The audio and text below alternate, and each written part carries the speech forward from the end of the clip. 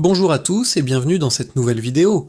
Aujourd'hui, on part à la découverte d'un petit secret parisien, un détail que des millions de touristes et même de Parisiens ignorent en passant devant l'un des monuments les plus célèbres du monde.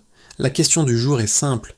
Savez-vous quel monument emblématique de Paris marque le fameux point zéro des routes de France ? C'est le point de départ symbolique à partir duquel toutes les distances routières du pays sont calculées.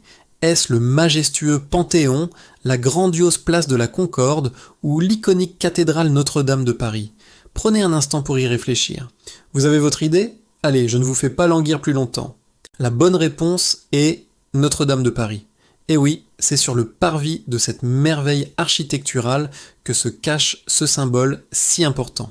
Juste devant l'entrée principale, si vous baissez les yeux, vous découvrirez une petite plaque de bronze, discrètement incrustée dans les pavés. Elle est de forme octogonale et porte une rose des vents stylisée avec l'inscription « Point zéro des routes de France ». C'est de ce point précis que sont mesurées toutes les distances des routes nationales qui rayonnent depuis Paris vers le reste de la France. C'est fascinant de penser que chaque panneau kilométrique que vous croisez sur une route nationale se réfère d'une certaine manière à ce petit médaillon de bronze. Ce n'est pas juste un repère géographique, c'est aussi un lieu chargé de symboles et de traditions. Beaucoup de gens viennent y faire un vœu ou le toucher pour s'assurer de revenir un jour à Paris. Certains y espachent même une pièce, un peu comme on le ferait dans une fontaine. Ce point zéro représente vraiment le cœur battant de la capitale, le centre névralgique à partir duquel tout le pays s'est développé.